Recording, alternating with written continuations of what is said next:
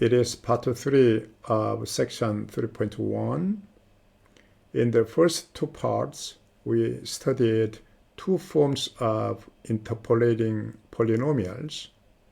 One is Newton form and the other one is Lagrange form. They look different. However, if given data is the same, then they must be identical due to uniqueness theorem. Here in this part, we'll analyze the quality of interpolating polynomials. Let's see this theorem. Polynomial interpolation error theorem. F is continuous up to n plus 1, n plus first derivative, and Pn is the polynomial of degree n that interpolates f at n plus 1 distinct points x0 to xn chosen from interval a to b. Then, for each x in the interval, there exists a number psi x between this point, and hence in the interval, such that here the difference between the original function and interpolating polynomial can be written in this way. There's f n plus 1 derivative at the point psi x divided by n plus 1 factorial and product here x minus xi. Okay, here we recall the Taylor theorem with a Lagrange remainder, and here that is, once f is continuous up to nth order derivative and f n plus first derivative exists, then here the Taylor expansion along with the remainder can be formulated in this way, and the Lagrange remainder is given in this way. Now at some point f n plus first derivative at some point and n plus 1 factorial and x minus x0 to the n plus 1. Here, look at this remainder Rn for the interpolation error theorem, but that is really quite similar. This is interpolation so that error is involving x minus xi. So each xi, the error must be 0, so that we have the product of x minus xi. Now, the Taylor expansion is about a point x0, so that at x0, the value is 0. But anyway, the power of x minus x0 is n plus 1. Here the product is n plus 1 terms, the product, right? So that you can see the similarity. That is interpolation error theorem. Okay. Now, for the example, and we treated in part 2, and determine the error bound in the interval 2 to 5. Okay, here the data points is, now x values are 2, 4, 5, and their reciprocals are y values, and we try to make interpolating polynomial. Now, so that the behind the function is 1 over x, and by using the remainder here, we try to make this term and that one and the product. Okay, here so that the third derivative, because it's p2, now third derivative at some point psi will be made that one, and then here we try to minimize the absolute value of that. That is 3 over 8. Now also the R, that is product x minus x0, x minus x1, x minus x2. That is this portion. And we already done here. Now we try to control this product. Okay, so here we minimize and so that this R max is gotten in this way. So that f the max, the value here, and R max, and is this value, divided by 30 factorial, which is now n plus 1 factorial. So we can get here, this is now 0.13. So maximum possible value is 0.13. Okay. So that we can find such upper bound by evaluating, maximizing the remainder term. So its maximum is found, then the error over there, difference must be bounded by the maximum value of the remainder, right? Okay. Let's see this example. The function is sine x, and we try to approximate the polynomial, the function, by using polynomial of degree 5 and using 6 equally distributed points. Okay, so that yeah, how large is the error on this interval? Okay, here, so that the points are -1 to 1, here -1, -0.6, and this value, and there are 6 points. Okay, for that one, here the polynomial will be fifth order polynomial, and now the error must be given in this form, 6th derivative at some point, so that for f 6th derivative at some point, that must be now bounded by sine 1, because the value is from -1 to 1.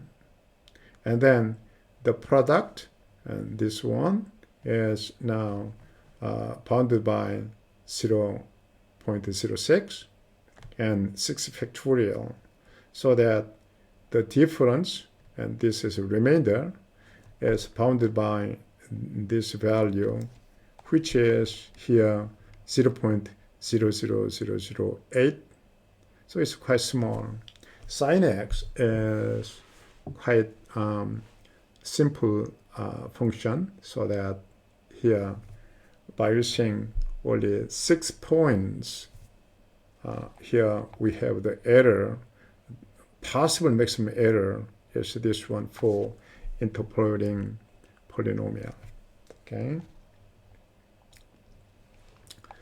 Now we have another theorem for interpolating the interpolation error theorem, but when we are choosing equally spaced nodes, then we can get some more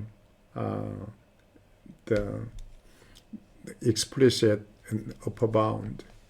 Here, the same assumption, f must be continuous up to n plus first derivative, and Pn is the polynomial of degree n interpolating f at equally spaced points from x0 to xn over the interval ab. So we choose that point. Then for each x between a and b, the difference between the original function and interpolating polynomial is bounded by that quantity. H to the n plus 1 over 4 times n plus 1, and m is maximum value of the absolute value of f n plus first derivative. Okay. Now we can prove this one quite easily. Here, from interpolation error theorem, now the major thing is to control this term. In fact, Rn is, okay, let's write down here Rn. This one is now f n plus 1 derivative at some point divided by n plus 1 factorial, and product here trace from 1 to n and x minus xj, right? So that now for that one, we can take here maximum value m. Now n plus 1 factorial is constant, and so we have to control this term. So here in the proof, the major the thing is now try to get upper bound of that product. Okay, we pick on x. So here we assume that x is between xj and xj plus 1. Okay, so that here pictorially. Okay, now start with x0 and x1, x2, x3, and somewhere now, so that is xn, somewhere that is xj, and then that is xj plus 1. Now pick a point so that the x is between xj and xj plus 1.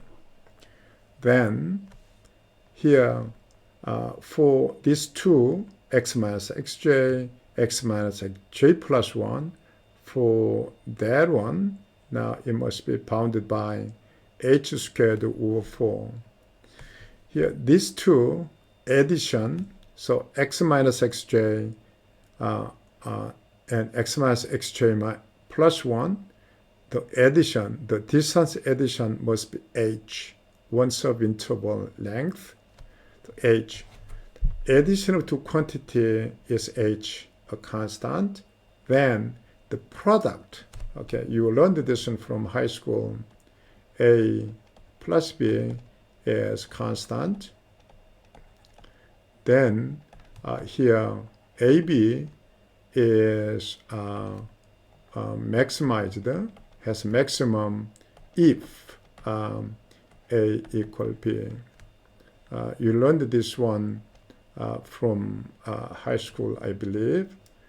Here, these two addition is constant h, so that the value is maximum when a and b are the same, which means each one is half h, which is h squared over 4.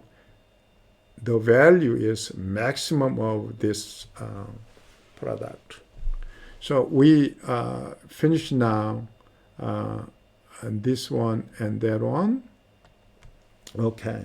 Now here I is less than j. So somewhere xi in left hand side. Then here from x to xi we have to measure the distance. But x is between xj and xj plus 1, so that rather than x to xi, we try to measure here xj plus 1 to xi. So this x minus xi will be bounded here xj plus 1 minus xi. That is exactly now that one. Now if I is the other side, so the xi is the other side, then again the similarly, rather than x minus xi distance, we try to measure from xj to xi. That is exactly now that one. So that for each x minus xj for each x minus xi that is bounded by this quantity or this one, depending on xi chosen left hand side or right side of this subinterval. Now, so we combine them to control this product. Then from this nearest two, we have h squared over 4 from here. Now we make product. Then here, that is now largest one is basically j plus 1 because I can be 0, so that the product from left hand side, every point xi, the product will make that one. And now product from the right side points will make that one. Okay.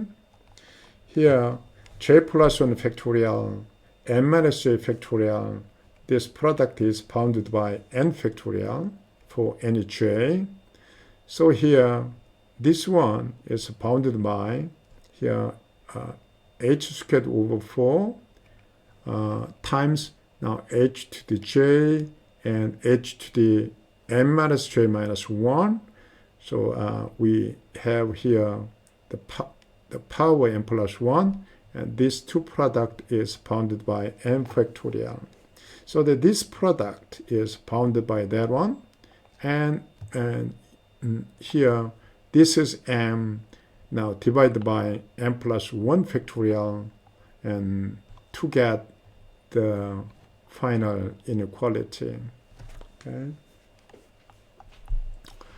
Okay, now here, and how many equally spaced knots are required to interpolate f of x is cosine x plus sine x to within 10 to the minus 8 on the interval minus 1 to 1. Okay, here, by using the last theorem, f of x minus pnx is bounded by h to the n plus 1 and over 4 times n plus 1 and m. Okay, now some derivative. In fact, if you try to combine them, that'll become, okay, cosine x sine x, and that is the square root of x, okay, square root 2 and sine, and x plus pi over 4, okay? Okay, and that is, by using some formula, you can get it, and its derivative is always bounded by square root of 2. Okay, so we have here square root of 2 for m, and h must be, the interval length is 2, and divided by n, so h must be 2 over n to the n plus 1, and 4 times n plus 1. So that upper bound must be now bounded by 10 to the minus 8. Okay, you have to solve this inequality for n. But if you are using logarithm technique, but yet it's not easy, so a good way of finding n is just a trial error manner, so that start with some number n, and once it is satisfied, well, then you are choosing one not satisfied. Then, okay, once you start with n equal 1, then this inequality will be not satisfied. Then it's not satisfied, then increase by 1, and again, and by using this trial error technique, you can decide n. So the answer is 10. That means that along with 10, it is satisfied, and along with 9, it's not satisfied. Okay, so the answer must be 10. By using trial and error, you can find the value n. Okay, now we'll continue in part 4. Thank you.